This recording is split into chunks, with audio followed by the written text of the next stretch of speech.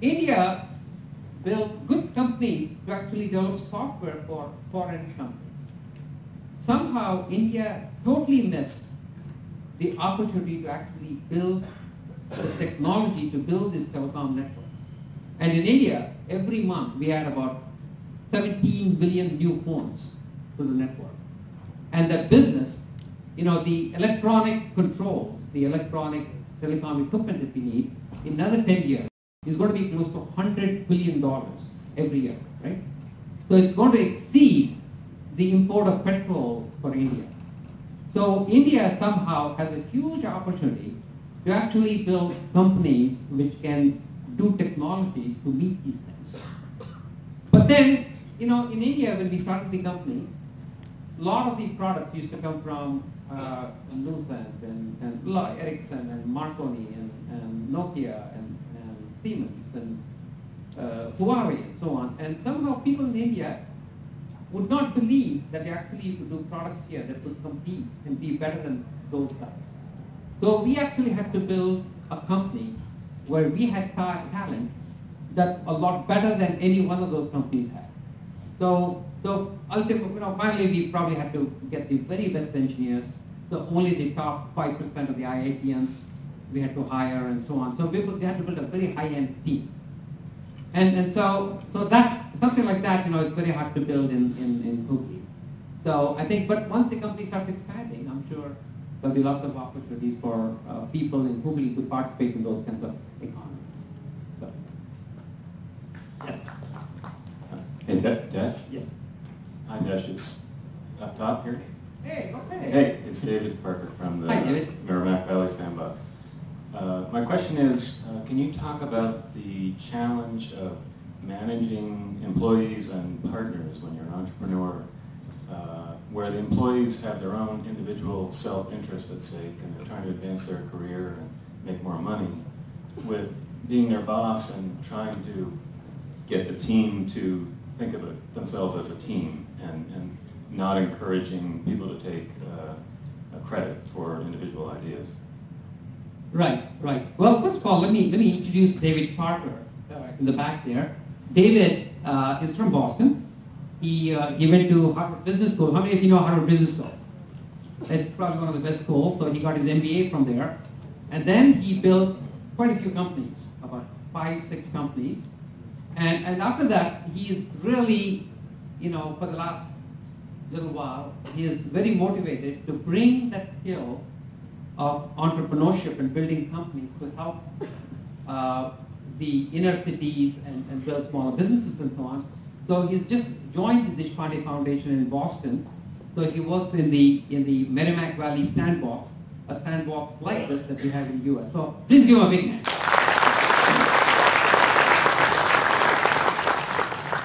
So the question is, you're an entrepreneur, you start a company, and when you start a company, you have a lot of other people who come in. And the biggest pleasure of actually building a company is, number one, your own personal growth. Every year you do something and you say, oh, I think I could do this, and that's very nice. But it's even more exciting to see the personal growth in all the employees that you have within the company or in the family. I mean, every year that I come here, I see a huge growth in the people who work in the foundation, and that's very exciting.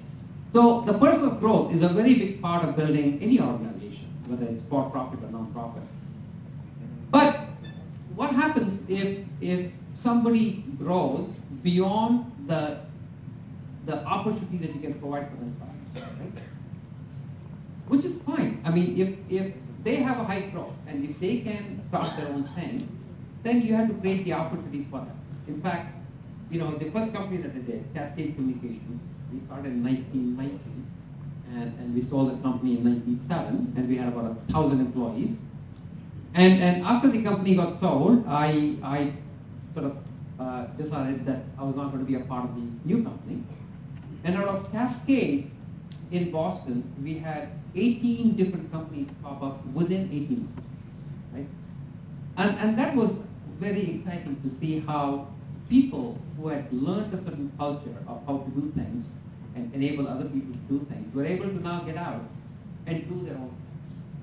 In fact, that's the beauty of Silicon Valley. In Silicon Valley, you have very large companies like Intel and Cisco and HP and so on.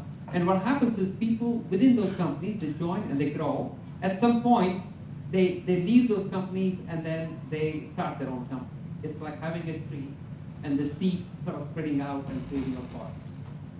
So we need a lot of seeds within Hubli. And as they start growing, I'm sure a lot more seeds will come out of those trees and we'll have even more trees.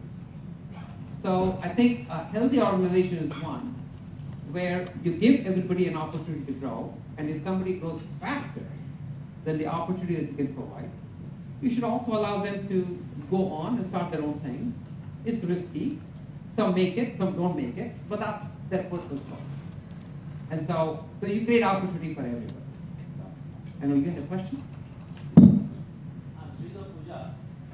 This is not a question, it is a request to Deshpande. Say we are trying to showcase Hubli Dharwad, we are planning to showcase market. And this is a request of entire Hubli Dharwad citizens to you, sir. Can you convince your co-brother, Mr. Narayan Murthy and Sundar Murthy, to start their establishment? I think you're on a wrong track. I think businesses don't make decisions just because I tell them, right? I mean, if he tells me, I'm not going to do it. So I don't know why he should do it if I tell him, right? And so I think every business has to make a decision for themselves, if it makes sense for them to locate or not. So I think we need to build the infrastructure enough so that it becomes attractive enough for people to do it. But I think the TiE is all about, that's why I was saying you have to work at two different levels. Honorable Jagdish Shettar, his job is to come up with policies and politically sort of create a nice infrastructure so that if ever somebody wants to come here, he can build a way to invite them and so on. So that's his, that's the job of those people. The job of Ashok Shettar is to create enough human resource so that the human resource is available and they want to live here and they want to be here so that if a company locates, it's here. But the job of TiE is to encourage all the entrepreneurs to start their own things. And if there's enough of those little trees, then what happens is it sort of then becomes attractive for bigger companies to come there. Pune started off with lots of little things, and then suddenly Infosys went and Wipro went, and once all these guys, when somebody does it, they all copy each other. So they'll all be there. But I don't know if it's just a matter of calling somebody and saying, hey, why don't you start a campaign? If I could, I would, but I don't know how. Yeah, last question. Yes. Sir, if I'm right, you are an advisor to President Obama on matters relating to innovation and contribution to the US.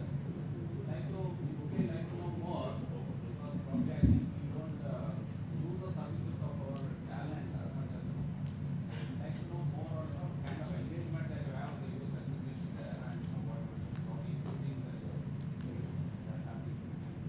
Right. So in that role, in TiE, I'm here to promote more entrepreneurs, right? I want the entrepreneurs to do things independent of any policy, because there is an opportunity. If Murthy had sort of said, in India, let me wait until the whole infrastructure is here so that I can build a company, there would be no Infosys today, right?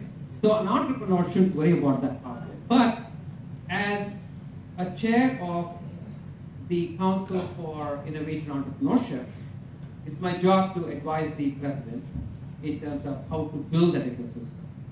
So what do we need to build that ecosystem for entrepreneurship? US starts roughly 500,000 companies a year. And most of the companies, get up to maybe 5, 6, 7 people, and then that's where they stay, 500,000. There's a few companies that really grow fast, right? And get to $1 billion revenue. And typically it takes maybe 15 to 20 years to get to $1 billion revenue. So as a strategy, we want more companies to get started, and we want more of them to be high growth companies. That's how we create the employer. So to start that, you need 4 things. You need a good idea. You need good entrepreneurs. You need good mentors, and you need good access to capital. So what we're doing is sort of coming up with national policies on making sure that we make all these 4 things available throughout the country. For example, the United States spends $150 billion a year in research, about $50 billion in universities, $100 billion in federal labs, and so on. So all that ideas, all that knowledge expansion happens, we want to make sure that that knowledge expansion, the new ideas, are available to entrepreneurs so that they can do something. We're trying to celebrate entrepreneurship everywhere. We started a campaign called Startup America, which actually celebrates entrepreneurship, and it's something like this, and you showcase your entrepreneurs, and because when people see somebody else do it, they say, hey, I can do it too, right? And that's a part of promoting entrepreneurship. We're trying to build a lot of national mentor networks, just like how. And then the access to capital. Access to capital is all about making sure that we have the right tax policies, you give the right tax credits, you create public markets where you manage the regulations so that the regulation is not burdensome. After the financial crisis, U.S. sort of swung the pendulum a little too much their way, and the regulations have become very burdensome for little companies to actually go public. And so it's really building that public policy to really sort of straighten out all those 4 issues so that we can have more companies. And so, I think some of those are important, but in India right now, I think I see so many opportunities for lots of people to do things that as an entrepreneur, I would really focus more on that 2 things. The mentorship, that is there a way in Hubli, can we attract mentors from other parts? Can we get mentors from Pune, from Bangalore, the people who already built businesses within Hubli to mentor younger entrepreneurs? So mentorship is important. And can we get more young people within Hubli and Dharwad and this whole sandbox area to actually take that first big push to start new companies? So with that, thank you very much, and wish you all the best.